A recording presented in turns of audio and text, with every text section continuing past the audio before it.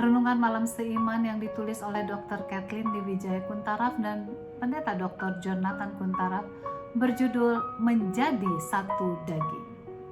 Sebab itu seorang laki-laki akan meninggalkan ayahnya dan ibunya dan bersatu dengan istrinya sehingga keduanya menjadi satu daging.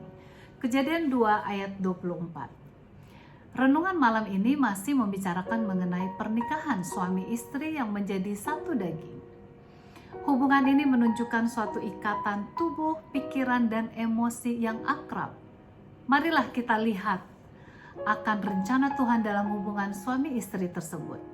Yang pertama adalah berjalan bersama-sama. Mengenai hubungannya dengan umatnya, Allah berkata dalam buku Amos 3 ayat 3, "Berjalankah dua orang bersama-sama jika mereka belum berjanji?" Pertanyaan yang sama dapat diajukan kepada orang yang akan menjadi sedaging. Tuhan mengatakan kepada orang-orang Israel supaya jangan kawin campur dengan bangsa-bangsa sekelilingnya.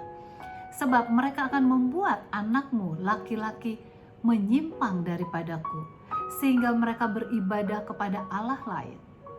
Sebagaimana tertulis dalam buku Ulangan 7 ayat 4. Dalam buku Hakim-Hakim 14 sampai dengan 16, jelas dilihat bahwa apabila orang Israel meremehkan perintah ini, maka mereka mengalami akibat yang mengerikan.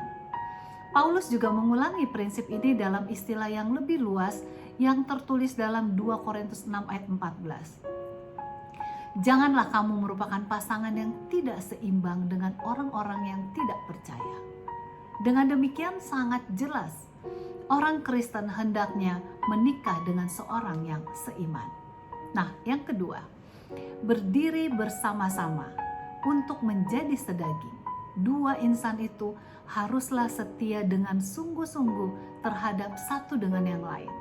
Apabila seorang menikah, resiko apapun yang terjadi dalam pernikahan itu haruslah ditanggung dan diterima masing-masing. Orang-orang yang menikah menyatakan kesediaannya menerima pasangannya, siap berdiri bersama-sama untuk menghadapi masalah apapun. Pernikahan mewajibkan keaktifan bersama serta mengejar kasih sayang yang tidak kenal menyerah. Yang ketiga, keintiman. Menjadi sedaging berarti berkaitan dengan persatuan secara seksual. Dalam Kejadian 4 ayat 1 mengatakan, "Kemudian manusia itu bersetubuh dengan Hawa, istrinya, dan mengandunglah perempuan itu." Di dalam dorongan mereka untuk bergabung bersama-sama, yakni sebuah dorongan yang dirasakan laki-laki maupun perempuan sejak zaman Adam dan Hawa. Maka setiap pasangan mengulangi kembali kisah kasih yang pertama itu. Perbuatan yang intim secara seksual adalah persatuan jasmani yang paling dekat, yang paling mungkin mereka lakukan. Hal itu merupakan gambaran eratnya pasangan itu yang dapat mereka rasakan baik secara emosi maupun secara kerohanian mereka.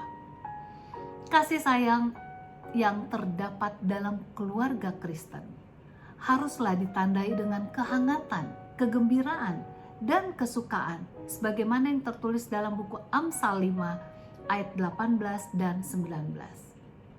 Kiranya berkat Tuhan ini dapat dinikmati secara wajar dalam setiap keluarga Kristen. Inilah doa dan harapan kami. Tuhan Yesus memberkati.